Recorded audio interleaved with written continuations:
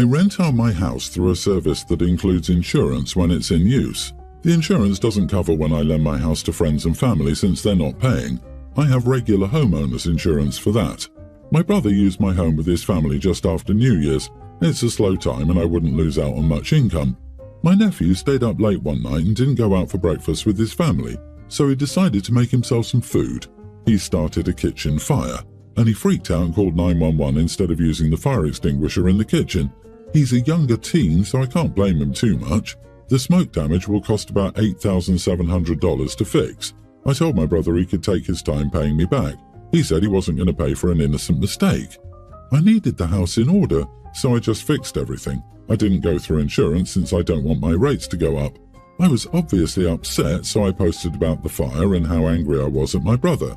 All my friends and family took the side of the innocent angel. They said it was unfair for me to expect that much from him when he could have rented a hotel for a quarter of the price.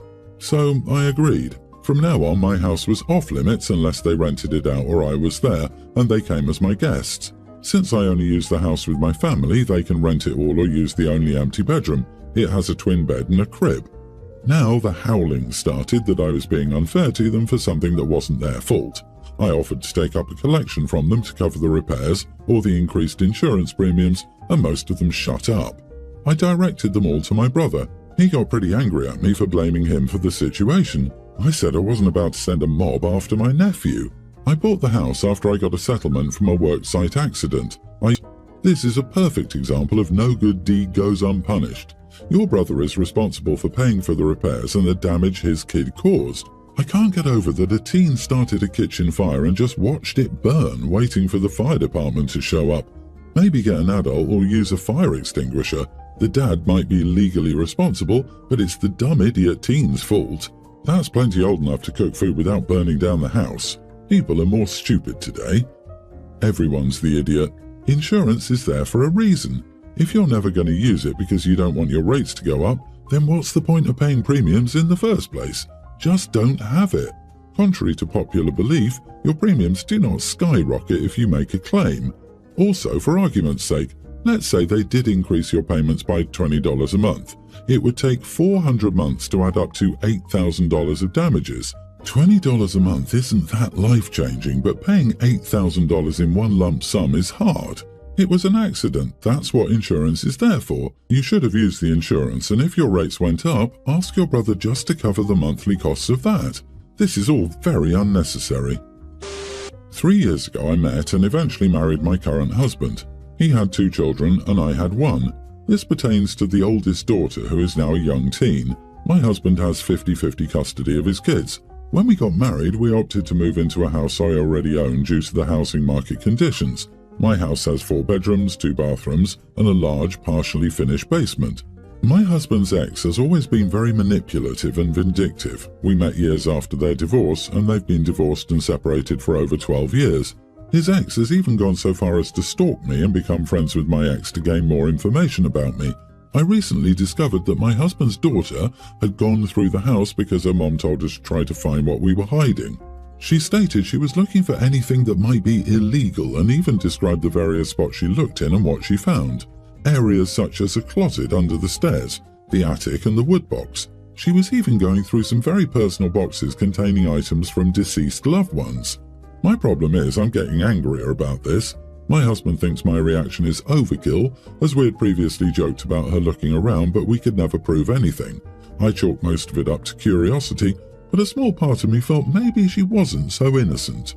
After finding out why she was snooping, I explained to her it wasn't right. She shrugged her shoulders and said, "Well, do you have something to hide?"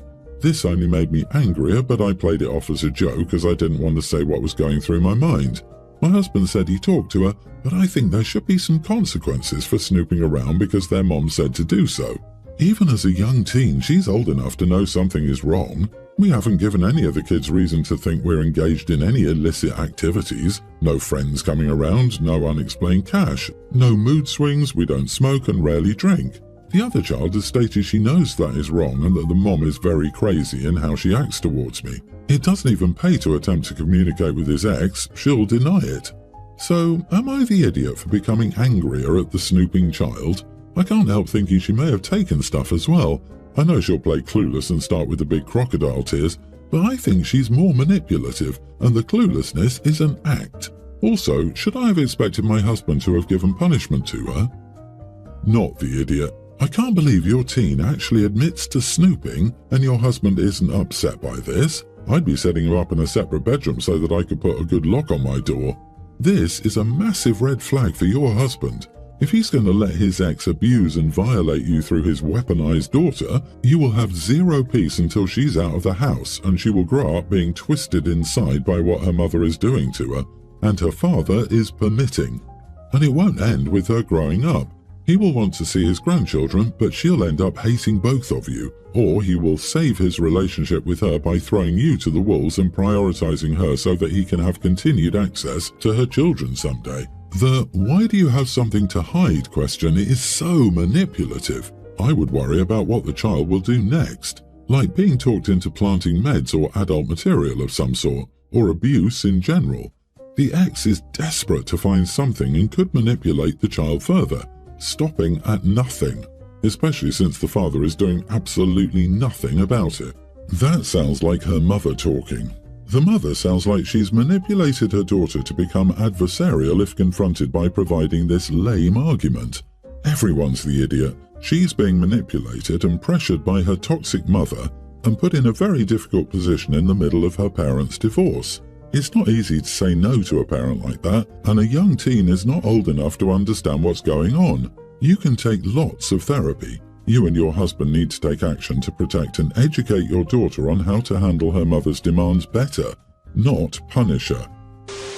Fiancé and I are getting married this year, and our venue is in a cave system. We're both active explorers, and this is our dream venue. How it works is you will get married in the opening of the cave, then go down a set of stairs that bring you to a big open area in the cave. You then have the option to stay in the area or do a cave tour. It's extremely cool, and guests can't get into areas they're not supposed to due to gates that will sound an alarm if you go near them. Also, they only allow a total of 15 guests, so a small wedding. Overall, it is unique and we want to do this. We understand that when inviting people, if they're not comfortable, they will not attend. It's a unique experience, and I'm not pressuring anyone to go. Everyone we've invited seems to be cool about it. My mother is super excited. I invited my sister, who told me she couldn't do it, that her claustrophobia would make it impossible. I told her that was okay and that we could record it or Zoom if she wanted to see it. I don't want her uncomfortable. This is where the argument started. She's angry we would do a wedding she can't attend. She called me a huge jerk, and I said that I wouldn't change the wedding. I told her this was our dream wedding and we were not changing it. I'm getting messages from uninvited people that I'm also a huge jerk. Edit, it's a venue, not a random cave. Of course, the venue has ways to handle disabilities, just like every venue. Edit, my sisters and I are not close. This was the first time I ever heard about it. I have seen her in a few tight places, and this was the first time I've heard about it. She got an invite because she's my sister. If we weren't related, she probably wouldn't have gotten one. Not the idiot. The wedding is for you, not her. Besides, it sounds like the ceremony will be outside the cave and she should be able to attend without getting claustrophobia. This suggests to me, given the sudden claustrophobia, that the sister hates non-traditional wedding spaces. The wedding is about the couple getting married, not the guests who come or don't come. My siblings were mad that we eloped, but I still didn't care all these years later. My sisters have gotten over it. My brother has not, and that's a big reason we don't speak. That's his prerogative. No skin off my nose. Have your awesome cave wedding and enjoy every moment of it. I'm getting messages from people not invited that I'm also a huge jerk. It always drives me crazy how every story is like, I told my grandma I'm full and don't want a second plate for dinner. Now every person I know is texting me saying I'm the worst person to exist. This doesn't happen in real life. You are the idiot and stop lying. Ha ha, you apparently don't have a big family of opinionated busybodies. It sure does happen. Some people live to get into other people's business, give their unsolicited, uninformed advice, and be seen taking the right side in conflicts. It's exhausting to be in this kind of family, believe me. Count yourself lucky to be so unfamiliar with this dynamic. I still have cousins who won't talk to me because I didn't invite them to my wedding. I hadn't seen or talked to them in years, and my mom's family is huge. 15 cousins, and they pretty much all have kids. Family can be complicated. My parents live in a less developed country than I do, and my siblings and I all live in North America or Europe. When I got my new job, I did my budget and saw that I could send home roughly $1,300 a month without it affecting my comfort. I would still be able to save for my future, and my mom and dad could retire. So when I was home, I set up a joint account for us. That way, I could see if they needed more and ensure they weren't getting scammed. After about a year and a half, I started noticing a $200 transfer every month. I asked them about it, and they said he was having difficulties with his budget, so they were helping him out. My brother doesn't need help. He is a scholarship student. He receives a stipend from my home government to study abroad. What he wants is money to party. So I reduced the amount I gave them by $200. Obviously, they don't need it if they can afford to give it away every month. My mom called me when she noticed and was yelling at me for being a crappy daughter and sister. I asked her to tell me exactly how much money they contributed to my party fund when I was away for school. So that you know, the answer is $0. They also tried to talk me out of attending university in Canada. I'm not sure how common the idea of filial piety is in other cultures, but it's a big deal in mine. She went off about it. I told her that they didn't need the money, and I had better ways to spend $200 than to gift it to my brother so he could get intoxicated with his friends more. She said that I'm treating them like children by restricting how they spend their money. I replied that I wasn't going to subsidize my brother through them, and from now on the amount they will get from me will be $1,100, and that if they sent him money again, I would know and reduce their money by that amount in the future. My brother called me to complain about cutting off his money from our parents. I said that I hadn't. He was welcome to tell our parents to go back to back-breaking jobs at their age to pay for his partying in London. Then they would have my money to live off of and their wages to pay for his drinking. My boyfriend is on my side, as are many of my friends. Most of my family and people from my culture think I'm being an idiot. However, my parents have only been spending on themselves for the last 2 months. Not the idiot. You could send it directly to your brother if you wanted to give him $200 a month. You don't have to give your parents money to make an end run, so you're giving your brother that $200. I agree with your logic. If they send $200 a month to your brother, that's money they don't need from you. The total effect is that you stop giving your brother $200 a month. $1,300 a month? Girl, I'll adopt you. Also, let's admit there's a problem because OP is a woman, and she's expected to be submissive and modest while it's accepted her brother can do whatever, even party all semester. If it were the other way around, her parents would never send her brother money so she could drink. OP, how entitled are your parents behaving? To think that you only would need to contribute to their lifestyle is eye-roll worthy. Honestly, I hope you reduce the amount you give them as soon as your brother gets a job in his field. He needs to step up and support your parents as well. As it was, he was sponging off of your retired parents, reducing their quality of life. Your brother needed a dose of reality. I'm a senior software engineer and work at a local software shop. We aren't super big, but we are profitable. It's a small company and everyone knows each other well. I recently had dinner with my sister, whose daughter graduated from CS 2 years ago and was a junior programming. She worked for iRobot but got laid off recently. We talked about tech-related topics while we were having dinner, and she seemed passionate about the industry, so I mentioned that there were openings at my workplace.